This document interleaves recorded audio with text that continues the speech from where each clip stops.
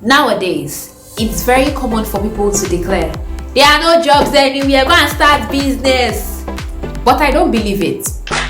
You say that job you want, but you don't think you can get. Probably because it's a big company and you don't know anybody there, you don't have a connect, or maybe you think you are not even good enough. What if I told you it was very easy to get? It's within your reach. You just have to grab it. In this video, I'm going to teach you how to get hired easily without stress, especially if you do not have experience. Remember, you do not necessarily need good grades or experience. If this sounds like something you are interested in, let's get right into the video.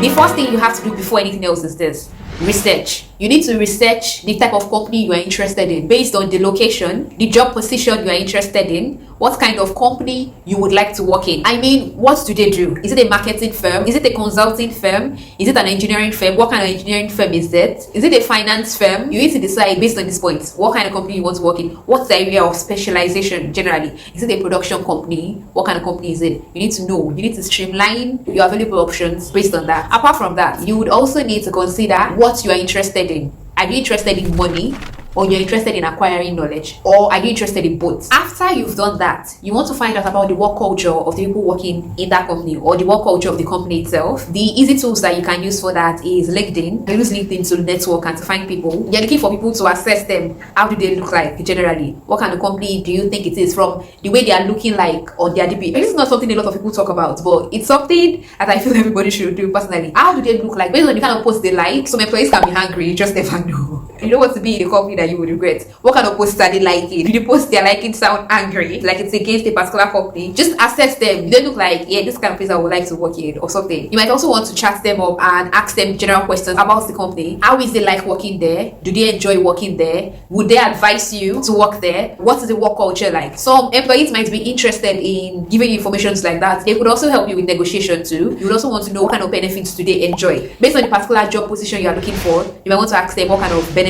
you should be expecting. General questions like that. I believe that when you hear it from the horse's mouth itself, or semi horse's mouth, it helps a lot in getting a perspective on your expectations. Apart from that, it's also important to ask them about the opportunities for growth. Is there a chance that you will be getting promotions anytime soon? Do people get promotions there normally, or do you always have to quit? What are the bosses like in the company? How do things go? That kind of thing. Apart from that, you would also be interested in their benefits package too. That's also something that, I mean, who's not interested in the dough, in the money? Money is important. You need to ask questions about that too. You also want to check out glassdoor.com. Glassdoor.com is an indirect way of knowing about the company. From there, you will know who left the company and is angry. You will know how many angry employees or ex-employees that they've managed to gather over time. Glassdoor.com would also let you know about what your salary expectations in the companies you're interested in should be. It will also help you know what your salary expectations should be based on the job description that you are looking to have in the future. When you're done with that, I'm very sure that your company list should be a lot smaller by then. That's how you streamline your dream company. Okay, do you understand? Now, to get the job. Since you already know the company you would like to work for, the next thing is for you to start researching the skills, qualifications, and prerequisites that you would need to qualify you to work there. You can always find this information on the company's website or job postings. Most of the times, their job postings are always on the company's website. So that should be a very easy thing to do. Or apart from that, you could also ask around. Ask those people that you've managed to find on LinkedIn and ask them about the general prerequisites. You could also ask them about the prelim softwares that they use. Most companies tend to use Microsoft Office Suite and they use Microsoft Outlook. I believe those are the two softwares that you have to know, that it's compulsory for you to know, as far as I'm aware anyway. Of course, there are always other softwares, but that's for you to find out at the end of the day. The next thing you need to do is this: develop yourself. By develop yourself, I mean gain experience. Try to get experience generally. You can get experience by volunteering. I talked about it in one of my previous videos where I was talking about the advice I wish I had gotten when I was an undergraduate. If you're a graduate, it's not too late for you to gain experience. Gain experience by volunteering, take on internships. You can also freelance if you feel like it. Just try to gain a portfolio. By portfolio, I don't mean something as big as this. Just have a bunch of things that you've tried out before that are relevant to the job you're applying for. That's just what I'm saying. Find skills. Build skills that are relevant. Examples of such skills could be communication skills. You can also have management skills. You can have skills in writing, reports writing. You can develop skills in problem solving. I mentioned that before. You can develop skills in analysis. Things like that always matter. Once they discover you have things like that and you've had experiences where you've exercised that before, that works. And apart from that, I always try as much as possible to emphasize the fact that it's important for you to learn softwares that are relevant to your skills. It's not possible for you to know all of them, but I feel like most of the times, once you know one in a particular family of the sort, knowing the rest is not always a problem. It's always easier for you to know the rest. Know how to handle yourself around as many softwares as possible. That would help you a lot. Just make sure you build your skills strategically. Build skills that are valid, skills that work, build skills that are relevant, that you know, yes, I'm going to use this. If it is cooking skills, make sure it's because, yes, okay, probably maybe whenever we are having a gathering in the office, I'm going to be able to do this.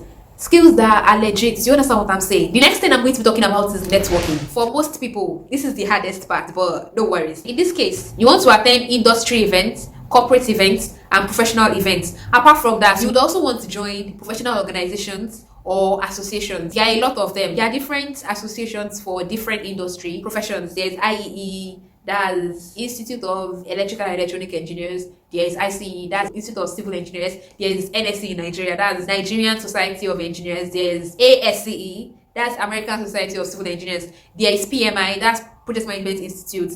There are quite a lot of industries. You just have to be able to look for whichever one you are interested in. There are also a lot of institutes of management. There are institute of safety professionals. I think in Australia there is Engineers Australia. You can find out what body relates to your own profession and then you try to join. The important thing is for you to join a community of professionals that is relevant to the position that you are seeking for. That's the aim. It's just like that.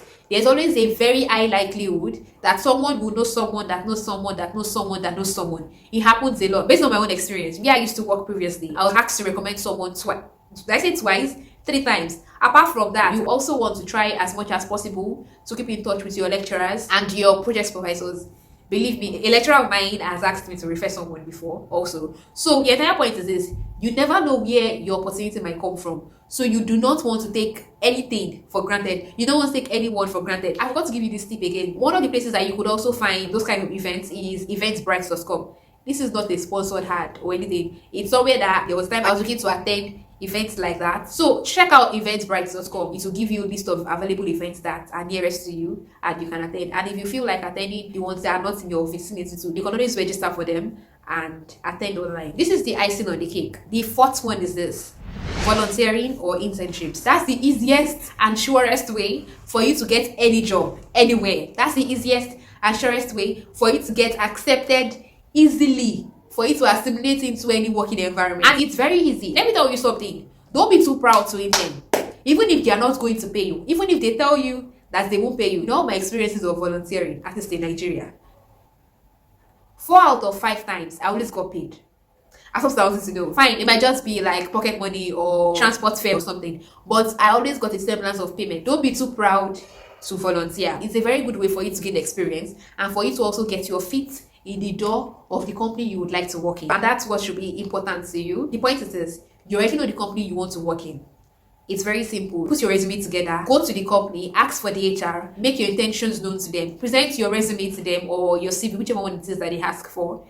Present it to them with your cover letter and make your intentions known to them. Something you need to know that you do not know is this: most of these HR people usually find it more difficult than you think to get the right employee for the job. Most times they just need someone to fill in for a particular job, and it's majorly their responsibility to just vet. Once CV looks like it meets the requirements of the job position that they have, then the CV gets presented to the potential boss of the job position. So don't be scared to approach them. My fail-proof advice is that you should approach them physically. If you don't get offered a job immediately, ask them if there's an opportunity to intern.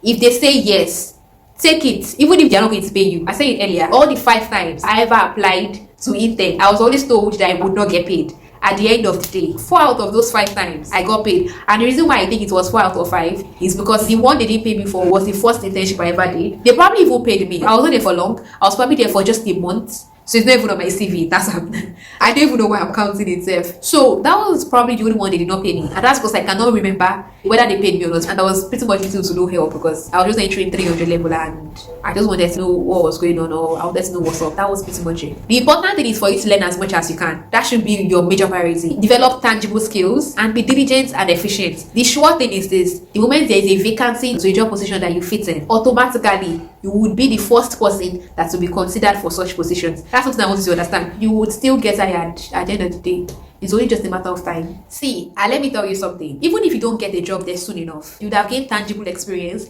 enough for you to be able to apply to another job. Besides, I don't see the reason why they would not want to keep you, especially if you are an asset to them. No company wants to lose anyone they helped train. The next thing that is very important is that it's more of an advice than a secret.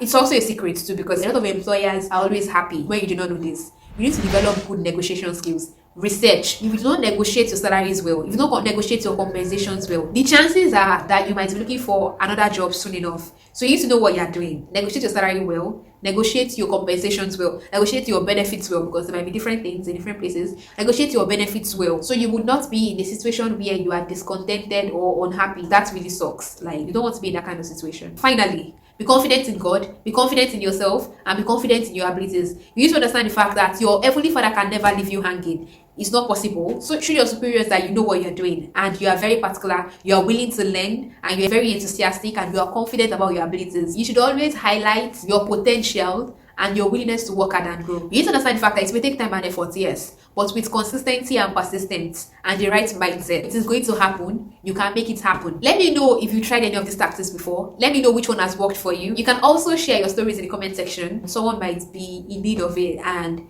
it could definitely help someone. Let me know if you agree with any of the secrets I've shared, and let me know what you think generally in the comment section. I look forward to hearing from you. Do not forget to like, subscribe, and share this with someone that might need it too. You liking this video would help you to know to share with other people. I'm sure you've heard that before.